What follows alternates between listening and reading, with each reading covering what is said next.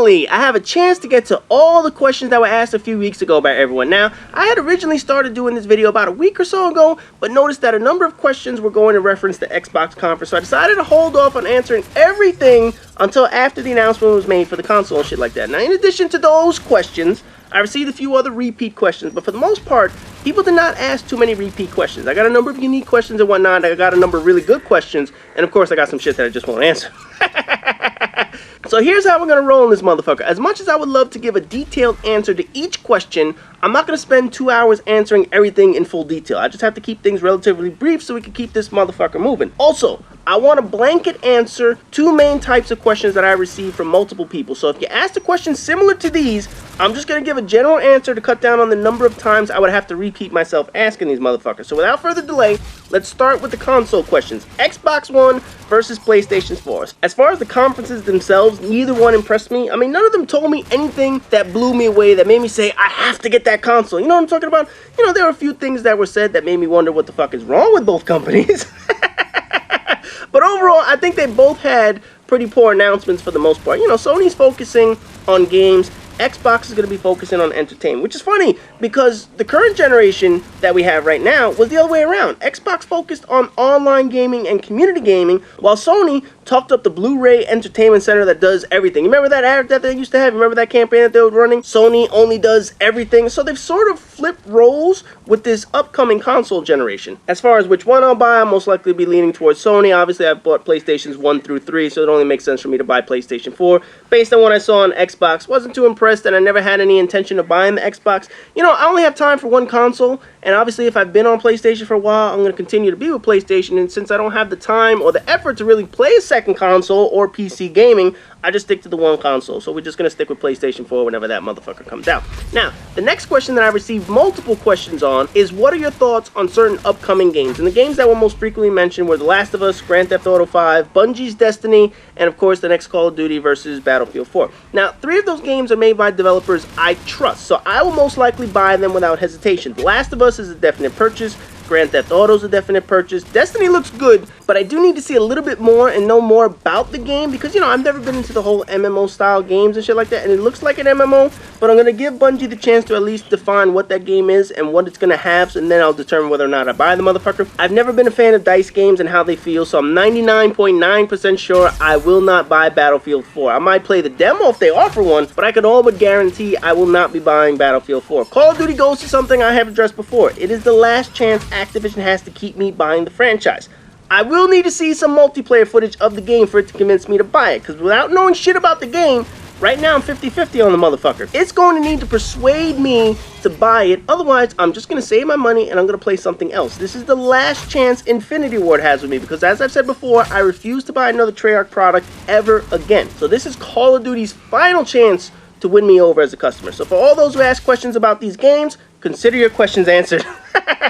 So let's start this sucker off with some actual user questions. We're going to start it with 143 Super Mario, and he wants to know, will you or have you ever played some type of horror game? And he lists a couple there. Now, I'll tell you right now, games that go boo don't scare me. And the fact is, if you're a horror game and all you have is the boo factor and the fear factor, you know, shit jumping out and trying to scare you, if that doesn't scare someone, you better have a damn good story. You better have something else other than just the boo factor that'll make people play the game. And as far as I'm concerned, they don't have anything past that. You know, the last thing that I played that was close to a horror game was survival horror all those years ago and shit. You know, back when Resident Evil was not just an action game. Fucking piece of shit. Or Silent Hill. You know, that was the closest I played to a horror game, but those were called survival horror. Now the horror games that they have nowadays, and you list some Amnesia, Dark Descent, or Slender, I think people keep mentioning the Slender game, just doesn't interest me. If you don't have the boo factor to scare me, I'm not going to be interested in the game. Next question, and this comes from Wingerdinger. If you could live in another country that wasn't the USA, where would it be and why? You know, I have a hard time living anywhere besides New York City. I don't want to live in any other city besides New York City. So, I mean, if you're talking another country, I mean, that's a whole nother ballgame.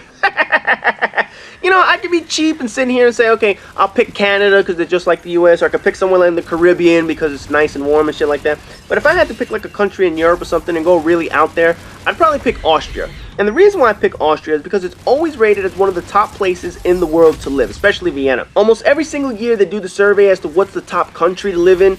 Austria's either 1 or 2 or whatever the fuck it is, so that would be my choice for another country to live in. Next question, this comes from Simon250505, and you know what, motherfucker, you need some more goddamn numbers in your name.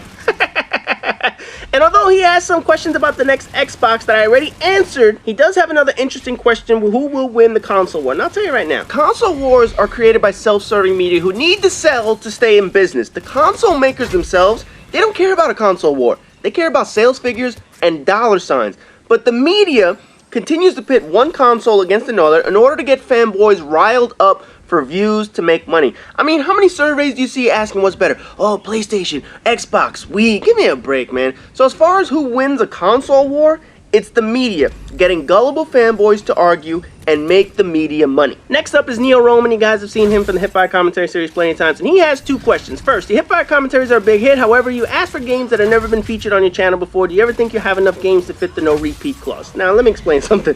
There are thousands and thousands and thousands of video games. I'm up to what? Hipfire Commentary number 160 something? There is no way in the world I would be able to go through every single video game possible. It's just not gonna happen. I mean, we're talking how many consoles, how many generations of video games, but there's no way I will ever get to every single game. Next question, surely Need for Speed isn't your only racing game. How do you fare with games like Forza, Gran Turismo, etc.? Are they better or worse? Gran Turismo is obviously the top simulator. Of course, there's Forza, but I don't have an Xbox, so I don't really play Forza. So that leaves arcade games, which is the majority of racing games out right now. With Need for Speed, I know what I'm getting, especially when Criterion's making the game, because obviously they've hit it out the park with the last 2 games. With Need for Speed, I know that I'm going to be getting a polished game with crazy arcade shit that will keep me entertained and will be entertaining enough to post on YouTube for videos. So although you assume that I buy other racing games, I really don't. These 2 series fill my need for racing, and that's all I really need. I've been comfortable enough with Need for Speed as my arcade game that I don't need to go out and try and buy another one. And obviously with Gran Turismo filling the simulator role, I don't need to go out and try and find another simulator game. Next question, I ain't gonna pronounce that motherfucking name. You know, I know it's probably an acronym for some shit like that, and I would just butcher it, and then people tell me, oh, it's actually pronounced like that. I don't give a shit. Listen, there's his fucking name. You guys can read it. Anyway, he got a series of questions, but I'm actually only going to be answering just a couple of these. First question, do you feel that developers of Call of Duty or games in general are getting more and more lazy with the contents they release? Now, somebody asked a similar question that's going to be coming up after this, and since you asked a number of questions, I'm going to hold off on answering this question here because I'm going to be answering a question a little bit later that sort of covers both areas. So we'll just hold off on that one. Number 2, how are you such a genius? I don't even. You know what's funny? Years ago, I actually took the Mensa test. I don't know if you guys know what the Mensa test is. It determines whether you're a genius or not. I took a practice test, and I actually ended up passing the practice test. So if you want to consider me a genius, yes, technically I actually passed the Mensa test. Number 3, do you play Steam games? If so, what are they? No, I don't. Number 4, are you looking forward to the game called Last of Us? I answered. Number 5, what do you think about the game called Metro Last Night? They're charging $5 for hard mode if you never pre-ordered the game. Now, I heard about this bullshit from Metro Last Night or whatever the fuck it's called. They're charging $5 for a difficulty mode on the first day. You know, this is bullshit. If you can get that content out on the disc, you put it on the disc. You do not release it as first day DLC. And let's just say you decide to hold it back because you don't know if it's going to be ready or not. Don't fucking charge people for it. Just have it be a free goddamn download. Don't give me this bullshit. Oh, we're going to add a new game mode on the first fucking day just so you can play it. Oh, we're going to add a new difficulty just so you can play it. Get the fuck out of here with that bullshit, man. That shit is just another cheap scam for these companies to get more money. And the fact is, I've heard that hard mode is pretty much crap anyway. So all this time that they rushed to get it out on the first day, the shit sucks, and it could have used more polish in this motherfucker. So that just goes to show you, first day DLC can be absolute bullshit. Next up, from Martin Yeldon, he has 2 questions. What is your favorite pizza, and when will Mission Impossible be back? Mission Impossible will be back whenever the fuck I want it to be back. That answers your question.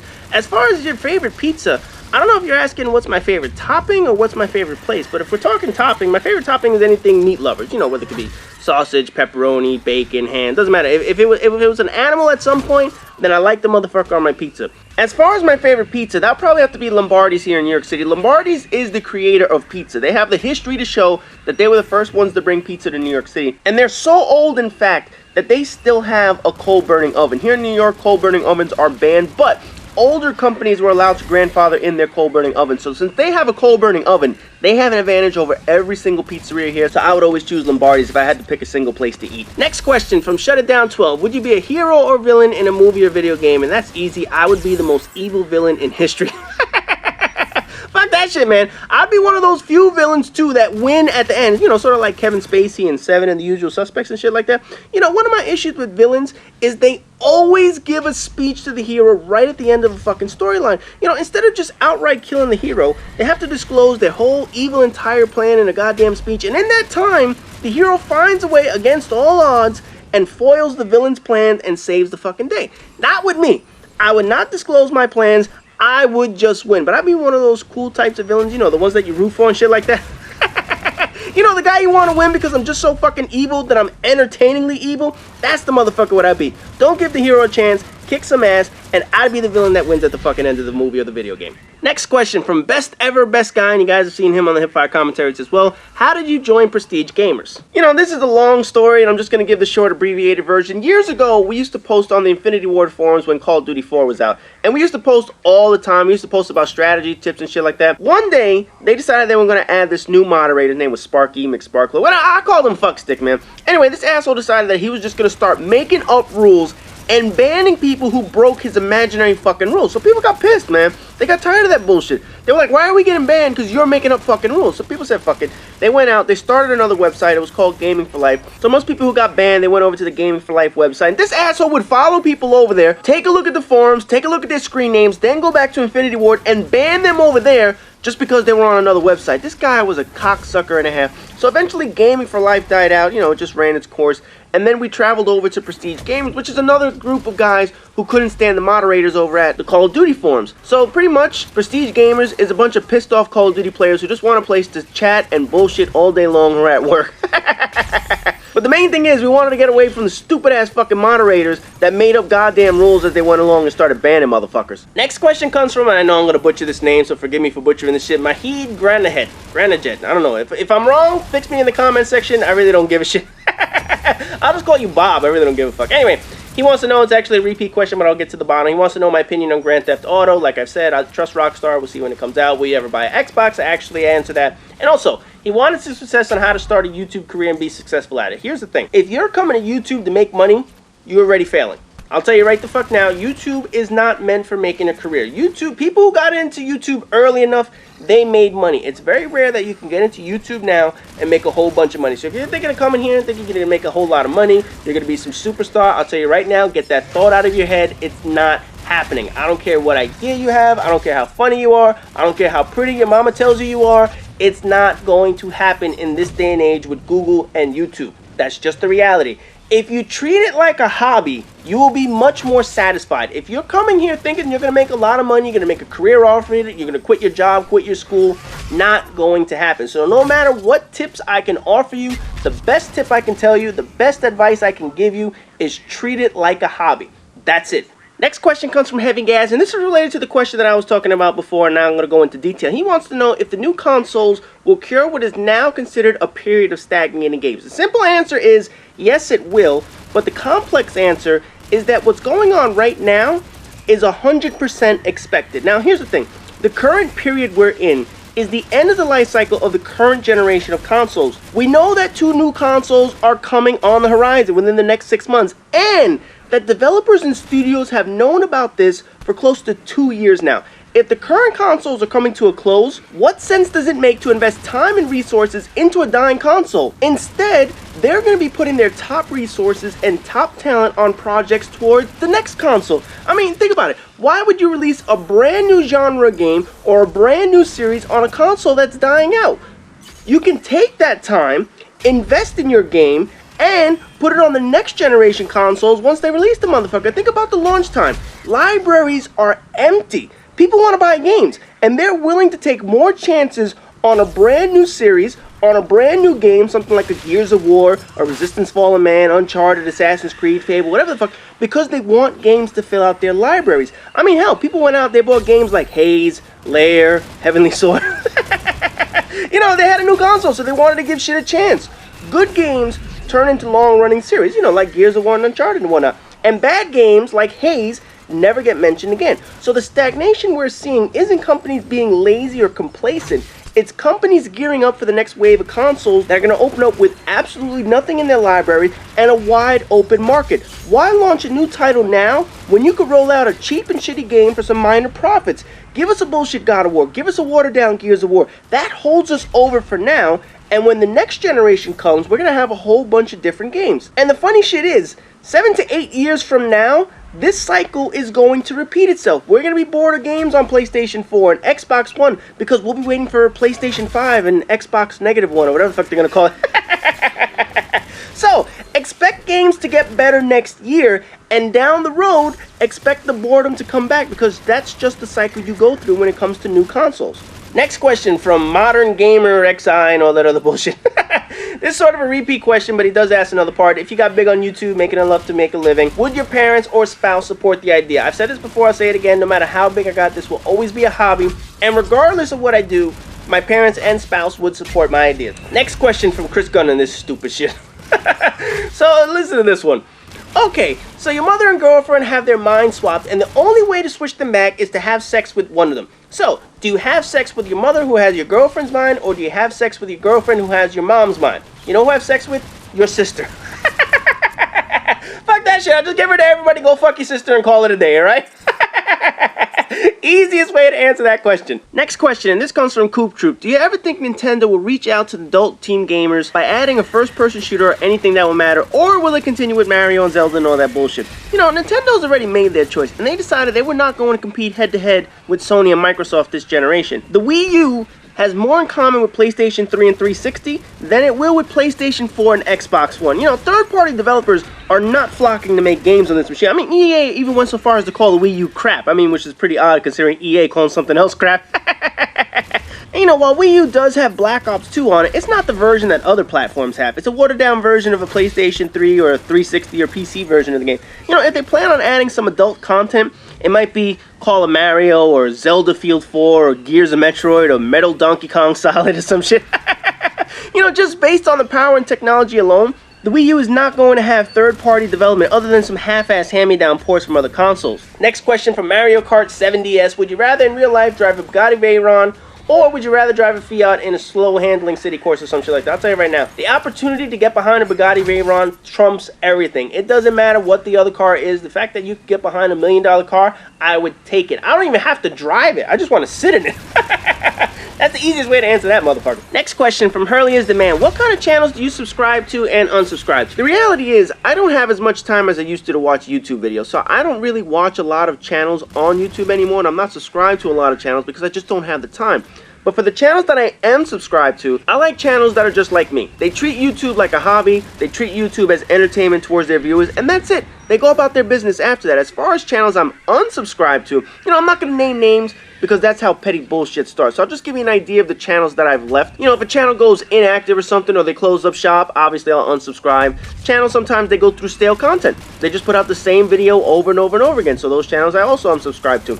There are other channels that are just mass producers. They have to post 4 to 5 videos per day. You know, I get it. If you did a live session today, fine. You post up your 10 videos, I get it. But when that's every single day, nah, I can't have somebody flood my inbox with that many fucking videos. Another thing are people who post misinformation videos. They'll post a video and they say, oh, I know the guns that are going to be in Call of Duty Ghost. And meanwhile, it's all speculation as to what they would like or what they would want.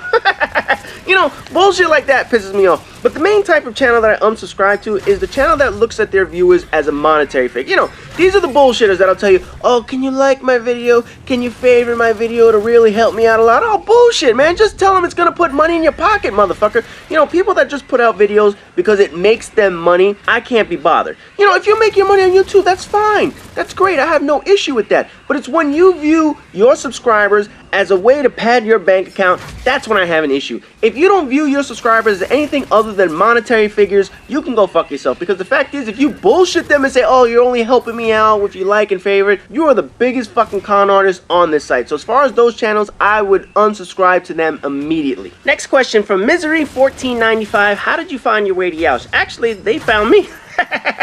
No, the reality is when they started up the channel, I was one of the first directors that was able to get a partnership with them. But That's the short story. The long story is years ago, back when I was playing Black Ops 1, I was noticed for a channel called Never CC, no cookie cutter commentators. The idea behind the channel was people who create unique content. And back in those days, there were only a couple of sponsorship programs out there, and they were picking people that basically put out the same content over and over and over again, just like their friends. Their friends would recommend somebody, they would get views, they only chose big channels. So Never CC created this channel in order to give unique directors a chance to at least get their content out there to more people. And my Scarface video was noticed by Jay Easy, and he gave me the chance to post on Never CC. Now along the way, people continue to try and get these sponsorships, and finally one day they realized, you know what, we're never going to get sponsorships because all that keeps happening is friends recommend friends, their friends recommend subscribers to other people, and those channels grow bigger. So there was no outlet for medium-sized to small channels to be able to grow. So that's how the program of Yoush started, and it was all started by Big Snacks along with a couple of other people.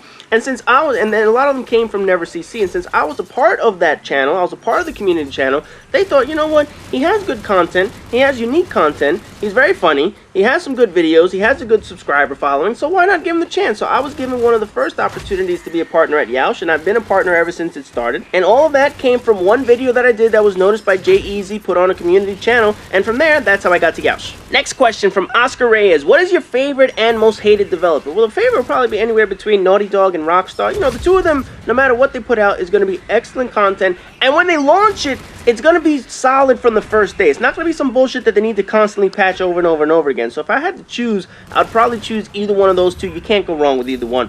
Most hated? Easy. Bethesda goes right to the top. Oh man, between the bullshit, the lying, the shitty ports, and the fact that they don't even fucking develop the game for PlayStation 3 was the top of my list. And right behind them will be Treyarch because they lie as much. But Bethesda easily goes to the top of most hated developer. Next question, this comes from Blake Herschel. What is the most life-threatening situation I've ever been in? Years ago when I was in college, I came down with aseptic meningitis. And anybody that knows what meningitis is, or if you've had it, you know this is a miserable illness to have. Holy shit. You spend your time in a hospital bed wondering if you're gonna die, and if you do die, it's like it'll put you out of your misery. It is so painful to have, it is so absurdly hard to overcome, that just surviving it is not easy. And I actually had a brand new strain of meningitis, something never seen before. It wasn't bacterial, it wasn't viral, it was aseptic. It was a miserable 2 weeks sitting in a hospital, just hoping one day I'd be able to leave the motherfucker. Next question from Like a Boss 464. He wants to know what's my opinion on PC gaming. You're all fucking hackers. Nah, the reality is you guys get screwed over more than fucking consoles. You know why? You guys have the most powerful platform to play a video game on, and it can continue to evolve no matter what. You know, whatever you get in your PlayStation, whatever you get in your Xbox, it's gonna be in there. It was there when we bought it 7 years ago, it was there till we have it now, whereas PC, you can constantly upgrade the motherfucker. So the problem that you have is that games are developed mainly on Xbox 360, and they're upported to PlayStation 3, because obviously PlayStation is the more powerful console, and then they're upported again to PC, PC being the most powerful one of the three. So it's kind of unfair to you guys that your games are always dumbed down because consoles are limited in what they can do. What it should be is games should be developed on PC and then ported over to Xbox and ported over to PlayStation 3. But instead, you guys get the shit version of everything, when the reality is, you should be getting the most powerful of the games. Next question from Jens Nilsson. About your hipfire commentaries, would you consider commentating over gameplays of MMO games? Absolutely. You know, the genius things about hipfire commentaries, it's the subscribers that submit the video games. You know, I don't sit here and now, well, I do have some challenges and shit like that, but when people have the opportunity to send whatever they want, they can send in an MMO. I mean, the fact is, I've never done a World of Warcraft MMO hipfire commentary. So if I were to ever get one, absolutely I would do it. So as far as would I ever do it, sure. It's just a matter of somebody actually submitting it to me. Next question, you just have to laugh at this dude's name, Terry Hesticles. What is your favorite hip-hop album of all time? This is easy. The Fuji Score from about, oh man, I'm gonna be like 15 years ago now we're talking? Holy shit.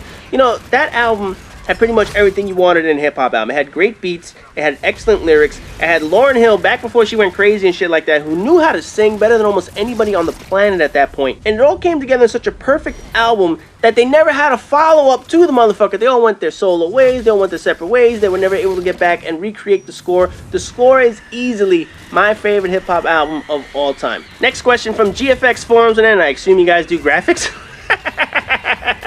And he has two questions. What do you think of the Metal Gear series 1 and 2 especially, and what would be your dream job? My dream job would be anything on ESPN. actually online talking about sports, whether it's working Sports Center, whether it's calling a game or whatever the fuck. Can you just imagine me on air trying not to curse, calling out a goddamn sports event? Oh man, that should be fucking hysterical. As far as what do I think of the Metal Gear Solid series, now notice he said Solid, which differentiates that from the original NES games, but as far as the Metal Gear series, I think it's one of the best series on the video games. It's gone so far off the deep end in terms of what the fucking plot is, to the point that you don't understand what the fuck is going on. You know, like, the motherfucker's arm falls off and it takes over Ocelot. Oh yeah, now my arm has possessed him. It's like, what the fuck? You know what I'm talking about? He's got some bullshit up in this motherfucker. But the fact is, it really did define what a stealth game should be. You know, Metal Gear, obviously, you could run around, you could shoot every motherfucker. But the idea is to avoid all that. The idea is to sneak around so that nobody sees him. And Metal Gear 1 easily set the tone for back in the PlayStation days. I mean, that was one of the greatest games. I mean, people can look back and see how bad the graphics were and shit like that. But back then, those graphics were incredible. But the fact that you had to sneak around, they have amazing boss fights in every single game. Especially, what was that motherfucker? Mantis. I got Psycho Mantis, that motherfucker. The boss fights they had in some of the Metal Gear series are some of the greatest boss fights you will ever see in any video game. And then they go ahead, and on PlayStation 3, they tied it all together with Metal Gear 4, one of the best games on the console. It tied together all three parts, 1, 2, and 3, and really finished up the story of Solid Snake in the way that we all wanted to see. So I would rate the Metal Gear Solid series as one of the best series of all time. And the fact is, if you include the other Nintendo ones, the ones that first started this motherfucker, this game has lasted almost 30 years. I mean, think about that. How many games out there can last 25 to 30 years with a solid series that continue to make solid games? That alone is fucking impressive. Next up is 2 questions from I Am an Awesome Guy. And the funny thing is, he sent me one question, and then he asked in the comment section, hey, can I send you another question because I want to ask you another one? It's like, you see all these people have asked me multiple questions? You should have just done it in 2 fucking questions, man. One post, 2 questions, that would have helped. But anyway, man, first question, would your content change if you got a sudden spike in subs to say 1 million or something? If so, how? Now, I want you to be careful about this. First of all, content changes over time. I mean, if you guys go back and look at my first content compared to the content I'm doing now 3 years later, you'll see there's a gradual change in what people do. You have to change your content so that you're not just putting out the same shit over and over and over again. So, you know, things like this, like doing a question and answer session, things like doing a fail series, obviously you have to adjust so that people don't get bored. Now, if I were to get a sudden spike, in other words, 1 million overnight, you know, obviously I'm doing something right, and the 1 million subscribers are joining for some reason. I must have did some video. Whatever it is that I did, I'm going to try and continue to do. You know what I'm talking about? I don't care if it's a different video or whatever the fuck it is. But the fact is, I mean, obviously you're not going to get 1 million subscribers overnight. That's just not going to happen. But my content isn't going to just automatically change just because I get 1 million. If I get 1 million, that means I did something right. I would continue to do that. As for the second question, if you could shut down any game developer that wasn't Liart, Bethesda, or Broken Infinity Ward. Obviously, the Call of Duty developers and Bethesda, which one would it be? You know, my choice is real easy here. Anything Peter Molyneux has to do with. Obviously, Peter Molyneux was the head of Lionsgate Studio, Lionshead Studio, whatever the fuck. The people who developed Fable.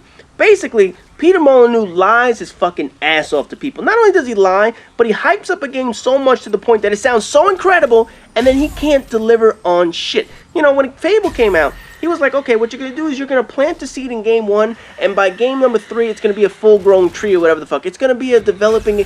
He was so full of shit, it wasn't even fucking funny. He overpromises shit, he overhypes shit, and then when the game finally comes out, it always falls flat on expectations. So that's, I don't know if he left Lionshead Studios or Lionsgate Studio, whatever you want to call this, but he went and he started another one.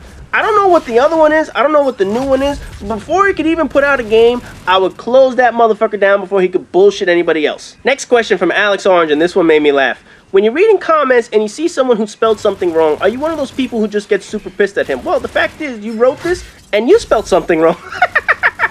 Look at the second word. When you're reading comments, it's not that you're, it's you are. Y-O-U apostrophe R-E. You are reading comments. When you are reading comments and you see someone, so right off the bat, you made a mistake. Oh man, the grammar police immediately. No, here's the thing. Everybody makes typos. Everybody does misspellings. That's just naturally going to happen. You know, you're not going to be able to go back and fix every single error you ever make. It's going to happen. Little things like this with the your and your. But the fact is, the things that piss me off are people who write in text. People that make absolutely no attempt at writing a sentence in normal fucking form. That shit pisses me off because it's like, you know, if you want to be seen as an intelligent human being, the least you can do is write out an intellectual sentence. You know, a little mistake like this, yeah, you know, if you were going to be the grammar Nazi on me, I'd jump all over you on that motherfucker. But just writing a sentence like this and you actually have some kind of misspelling, I'm not going to jump down your back. But the fact is, proofread your shit. That's the easiest way to make sure you don't fuck up. Go back to your messages when you write shit, proofread the motherfucker, then you can send shit like this out and I won't have to make fun of you. The final question comes from over at Prestige Gamers. This comes from Josh, and of course, like everyone else, he has a whole bunch of questions. How bad will the next-gen consoles have to suck for you to switch to PC gaming? The rumors don't look too good. First of all, I don't know what rumors you're looking at, but the rumors look fine to me as far as gaming and shit like that. For me to switch to PC gaming, I mean, it would take the consoles to literally discontinue themselves because I just can't play with a mouse and a controller and shit like that. You know, I know people can say, oh, you can play with an actual controller, a PlayStation controller, Xbox controller. I don't give a shit, man. I'm comfortable with my consoles. When PlayStation stops making itself, when Xbox no longer exists, yeah, maybe then I would consider PC game. But as far as I'm concerned, they would have to take a monumental collapse of both companies for me to switch to PC gaming. Next, what is your favorite flavor of ice cream? That's mint chocolate chip. And what restaurant makes the best fries? Actually, here in New York City, we have a place. It's not a restaurant. It's a food truck called Uncle Gussie's. They sit right on Park Avenue by St. Bart's Church and shit like that. The fries they have are beyond the best fries you will ever imagine. They're perfectly fried until golden and crispy. And not only do they add a salt, but they add a little bit of a flavored salt. They put some oregano in their salt and they sprinkle that on top of the fries. So instead of just getting a regular salt, you then get like an oregano salt on top of these perfectly fried, perfectly golden French fries. It is absolutely the best fries in New York City, hands down. Anyways, that's it for part 1 of the question and answer session. I'm going to have 2 more videos to answer everyone's questions. So as always, rate, comment, subscribe, and all that good shit. And stay tuned tomorrow for next video, which will be part 2 of your questions.